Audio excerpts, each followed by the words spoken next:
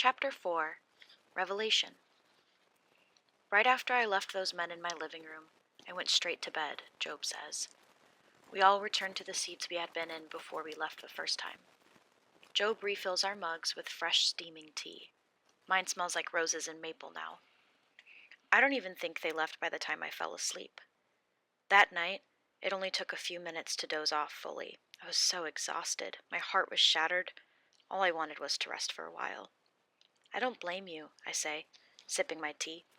I expected the flavor to overwhelm me, but it's actually pretty soothing. I can't believe the things they said to you. How is it that friends can treat each other that way and pretend it's love? It took me a very long time, but at some point I had to just accept that they truly believed they were better than me, and genuinely thought they were saving me by speaking to me that way.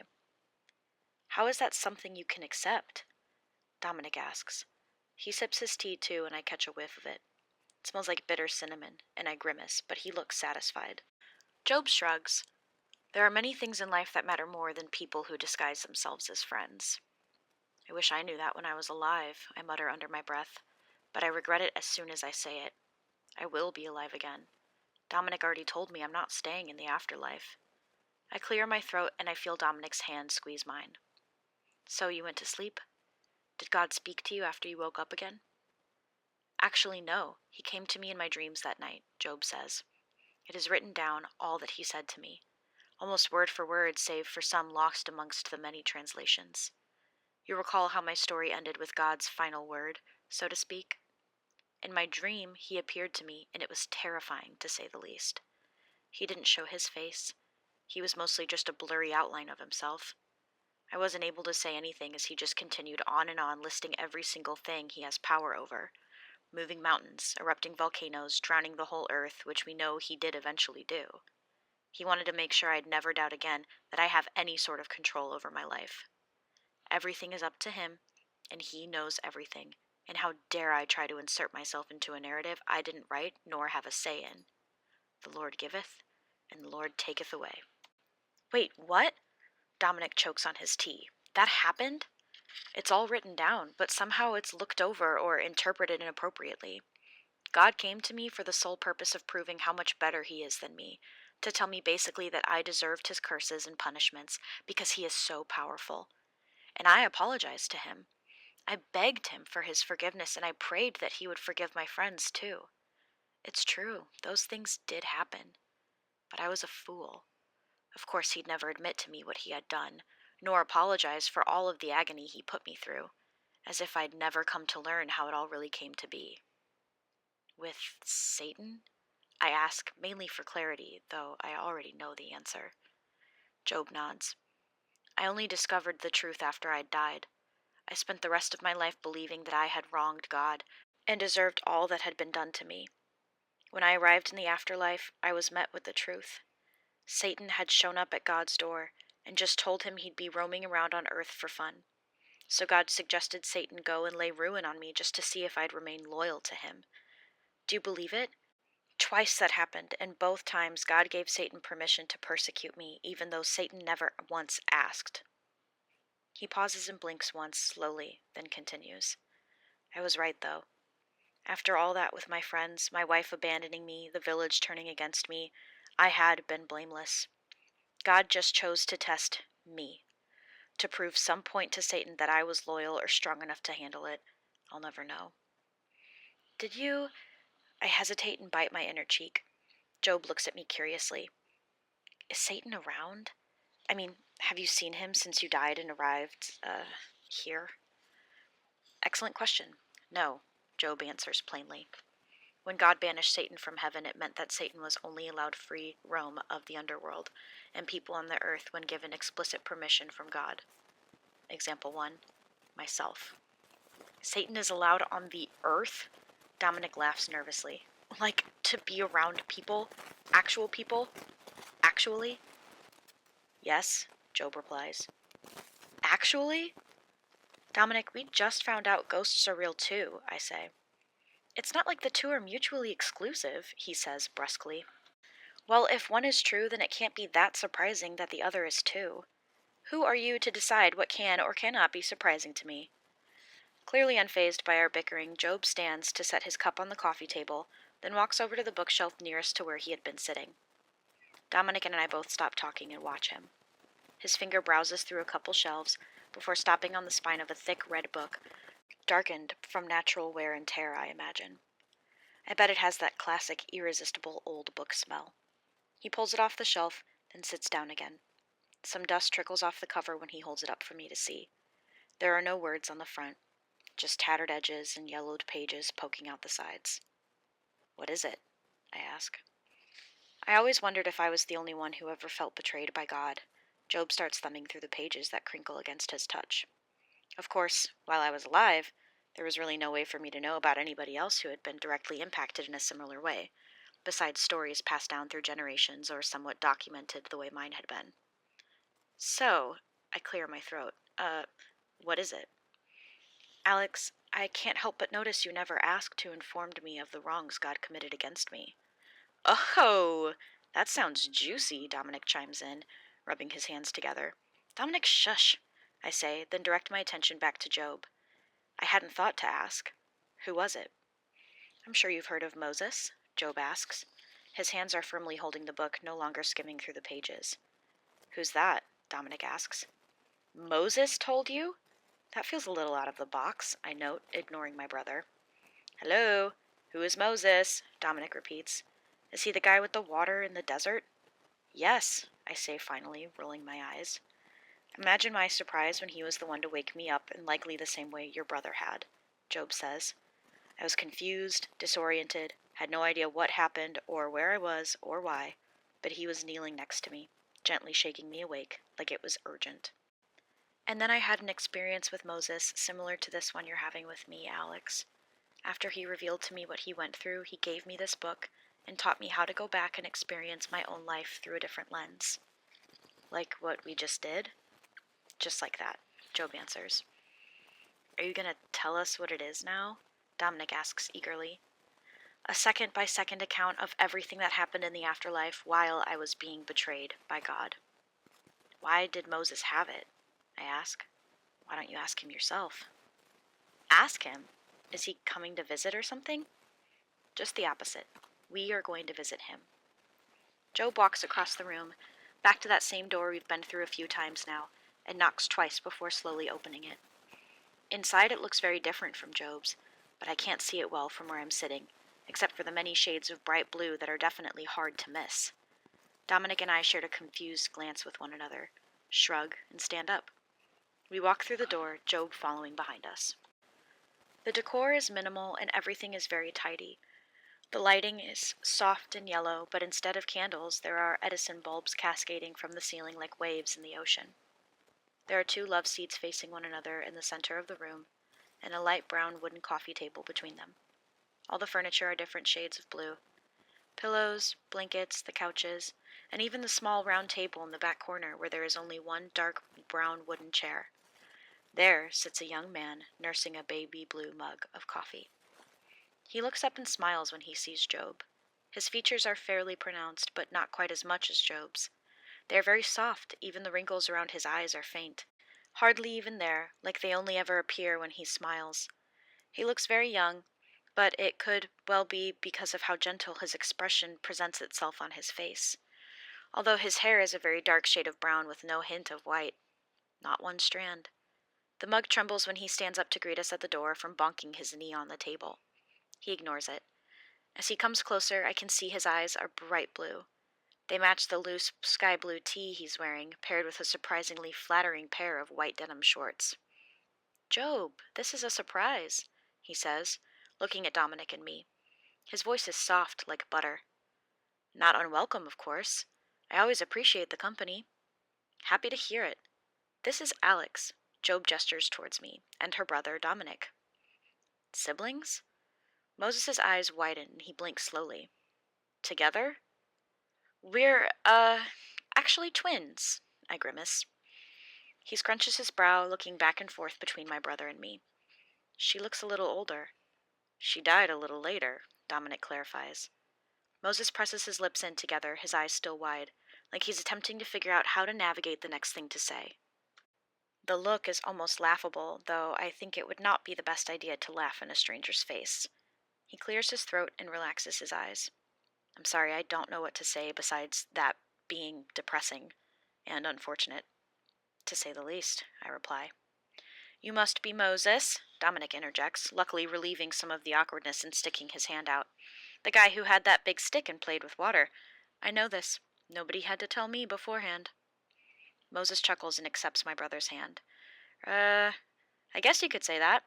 I take it Job has told you a bit about me? Not enough, I say, giving a sideways glance to Dominic. He snarls goofily at me. No? Moses tilts his head to the side. Well, that answers my next question as to what you're doing here. We've just finished revisiting my past, actually, Job says. Maybe sit? Oh, yeah. Yeah, absolutely. Sit wherever you'd like. Moses turns to lead us to the couches. Dominic sits beside me. Moses and Job sit next to one another on the couch opposite to ours. These are awfully plush, aren't they? I hope you don't mind how much blue there is. It's become quite a comfort color for me over the years. Blue is actually considered to be the most soothing of all the colors commonly used to calm babies down, Dominic says. Moses chuckles. You must be pretty familiar with the color then. I snort and try to stifle it, but I'm unsuccessful. Dominic smacks my arm and forces a smile towards Moses. You're funny, my brother says, his voice monotone. I'm only teasing Dominic. Moses taps his fingers on the arm of the couch. You can clearly see how I've chosen this blue for my eternity. What does that tell you about me? I guess that's fair. Moses, Job says, calling attention back to himself, would you mind telling my new friends about the first time you and I met? The cheerfulness in Moses's face drops a little bit. He settles back into the couch. I suppose I can do that, sure. But first, let's get a round of coffee, yeah? It's freshly brewed. Boy, they really are all about the beverages in the afterlife, huh? I say to Dominic. He raises his eyebrows at me. I'd love some, Job says. Us too, Dominic answers for me, and I nod. I'll help you, I offer. I stand up and follow Moses to his small kitchen. He picks up his mug from that small table, then uses the coffee pot in front of me to top it off. It has waves carved into it, going all the way around it, and it's a lot less full than I thought it had been when I saw it wobbling on the table. Maybe his knees just had so much of an impact that it had no choice but to spill a bit. He is a rather large man. I look around and see there are a variety of blue mugs sitting out on his counter, all different shades and sizes. The ones that stick out to me are much larger than the rest, like bowls for soup. They've got patterns etched into the ceramic, ranging from flowers to mosaics to abstract shapes, and even their handles are decorated. Like snowflakes, I say. Moses is pouring coffee into a few mugs nearest to him. They're more commonly sized compared to the large ones. He hands me one that has a very detailed teddy bear that's obviously been painted in white on the side. Kudos to whoever has the patience to draw every strand of fur. The coffee inside the mug smells strong and bitter, but still appealing enough to make my mouth start to water. I wonder if it smells like this for him too, but he doesn't seem to react much to the smell of the coffee every time he pours. Maybe he's just used to it. Oh, yes, I love collecting mugs. Not one like the other. Like snowflakes, I repeat. How no two snowflakes are alike. I'd never thought of it like that. I think I'll use that from now on if you don't mind. He winks at me, then hands me another mug, flashing a smile. I feel my face flush. No, I don't mind.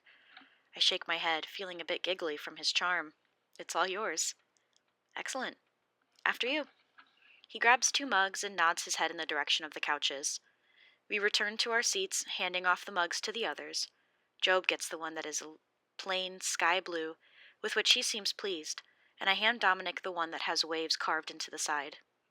So, Job, what have you guys been talking about? I don't want to sit here embarrassing myself by repeating everything you've already said.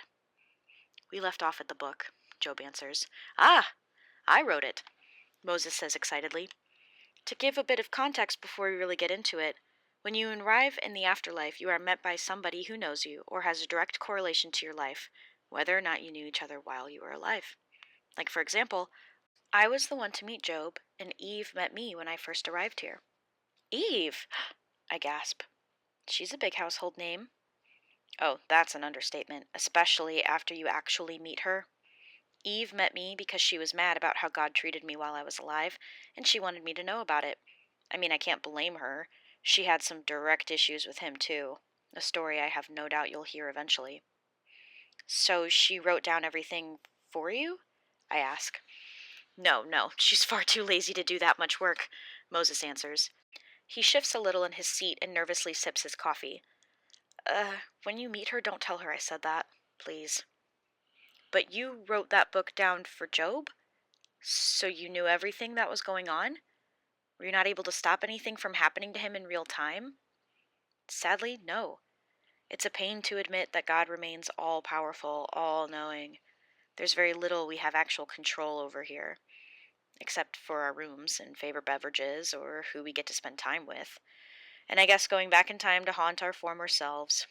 Moses forces a smile that looks painful. Had it not been for the people I've met while I've been here, I would have never heard about what was going on with Job, nor been able to tell him. While God has all control, he certainly can never stop us from talking to one another. It helps that the angels are total gossips. Job laughs into his coffee mug. When Satan was called into a meeting with the Lord, it was the only thing the angels could talk about. So, of course, it took very little coaxing to get them to spill the beans. Anything to do with Satan was always such a scandal. I wrote everything down to make sure I'd have every little detail. You know now what Job went through. It was only right he got the whole truth eventually. I had no idea how long it would be before I met Job, but I knew I could wait. And I did. I look over to Job. He's still hiding his expression in the mug. I can't see it well, but I can tell he's not quite as jubilant as before, but instead a bit solemn. A similar look he wore on his face when he was alive, begging God for mercy or death. He must feel my gaze on him, because he looks up at me. You're wondering if anybody wrote a book for you, he says. I guess I am, I reply. Is it that obvious? Alex, if anybody has been documenting your life for you, they're tucking it away because they know this death is temporary. What, so I don't have a say? You aren't staying in the afterlife. You don't get to know what has gone on behind the scenes of your life because it isn't technically over yet. But I'm here, talking with you guys. I mean, are the rules really that specific? It's not so much strict, Moses says, as it is a minor technicality. And for all I know, I'm the only person who has actually documented some of these things for somebody who hasn't arrived here yet. Plus, everybody's circumstances are unique, Dominic adds. I haven't been here nearly as long as these guys, and even I know it's definitely different for everybody. So who woke you up? I ask. That's classified, he answers, scrunching up his brow, trying to look resolute. What? Dominic, come on. No, you're not going to believe me. Yes, I will. Just tell me. I don't want to. This is ridiculous, Dom. I laugh and look at Job and Moses for backup, but they're just watching the two of us with blank expressions. I turn my gaze back to Dominic. Come on, who was it? Don't laugh, okay? My brother sighs, annoyed, but concedes. Frank Sinatra. I'm sorry, I think I just had a stroke. It sounded like you said Frank Sinatra was the one to wake you up. That is what I said. Frank Sinatra. Dominic rolls his eyes at me. Yes, Alex. You're joking, right? Why would I make that up? Why would Sinatra be the one to wake you up, Dominic? Don't you remember how Dad would sing to us in the mornings before breakfast? I mean, yeah. Another laugh bubbles out of my mouth, without my meaning it to, and he huffs. But you're telling me that Frank Sinatra had nothing better to do than hang out with you after you died? Was Prince with him? Maybe Shakespeare? How about the guy who discovered Lou Gehrig's disease? You mean Lou Gehrig. He glares at me and crosses his arms. The baseball player? Yeah. Was he there too? See, this is exactly why I didn't want to tell you. Because I don't believe you. I laugh. Sinatra was so famous. And we aren't? Moses interrupts us. I got so wrapped in Dominic's new fun fact that I almost forgot he and Job were here. We're just as cool as that guy. I stop laughing and think about this for a moment. Fine. I guess that's a good point. See? Dominic sticks his tongue out at me, looking like a little kid. Maybe if you're a little nicer, I'll introduce you to him the next time you come around. Yeah, whatever. Anyway, Job says, He places his empty coffee mug on the little table next to the couch. I didn't even see him drink it. I make it a point to check the other mugs too, and it appears we've all been mindlessly taking sips as we talk. There is a lot more you need to know, and I'm sure you have dozens of questions that will be answered in due time. But for now, you will hear or even see our stories and learn more about us. Our? Us? I ask. How many people am I supposed to see? Job nods. Yes, I imagine you'll meet quite a few while you're here. So we're all just going to be walking around together like a big group? Plucking people up like chickens, Dominic snorts. Oh no, nothing like that whatsoever. In fact, I should be getting on my way now that I've introduced you to Moses. In fact, it'll likely be only you and Dominic with one, maybe two people, every once in a while. You're not staying? I ask anxiously. Alex, my dear, I'm not the only person with a story to tell. I've heard them all before, and while it's been wonderful sharing with you, I needn't hear them again. Sometimes it's too much for an old heart like mine to bear. Moses doesn't look so old, Dominic mutters under his breath. I shoot him a dirty look and he straightens himself out. We get to choose how we present ourselves, Job smiles softly, standing up. And I've always felt more at home in this body rather than my young one. Will we see each other again before I go? I ask and stand with him. The mug in my hand teeters and spills a few drops of coffee on my hand. I ignore it. I mean, I know we haven't known each other for very long, but still, this feels a little too soon. If not, I'll see you when you come around again. Hopefully a long time from now. I reach out my hand, but he doesn't take it and extends his arms to pull me into a hug instead. He squeezes me assuringly, then lets me go and nods towards Moses and Dominic, before disappearing through the door we came in and shutting it softly. I feel a lump catch in my throat, and I force myself to swallow it. Dominic holds my hand and pulls on it, so I'll sit back down again. I didn't expect to feel so attached to Job, but I guess that's what happens when you share the most vulnerable parts of yourself with others. I wince at the mere thought of what's to come next. Or who. I don't know everybody you're going to meet while you're here or what they're going to share with you, Moses says, trying to make his naturally charming voice a bit more gentle. But I imagine over time everything will make sense. That's awfully cliché, Dominic cuts in, and a little bit vague. They're called clichés for a reason, kiddo, Moses remarks. The point I'm trying to make is that I only know and can show you so much. But luckily, this is just the beginning. Who knows what else you'll see? The possibilities are limited, but vast nonetheless. He stands up and sets his mug down on the coffee table. It rattles a little bit, something I've noticed happens almost every time somebody stands up nearby one of those, making me question Moses' ability to collect stable mugs. Luckily, it doesn't spill this time. Moses invites my brother and me to stand up with him. Then he raises his left hand and snaps. Instantly, we are in that darkness, silence. Then a desert surrounds us. The smell of dirt fills the moistureless air, and I cough a little bit when the dryness hits my lungs. It's dark. Not quite like that emptiness from before, but dark enough for me to gauge that it's fairly late at night. Where are we now? Dominic asks. Egypt, Moses answers.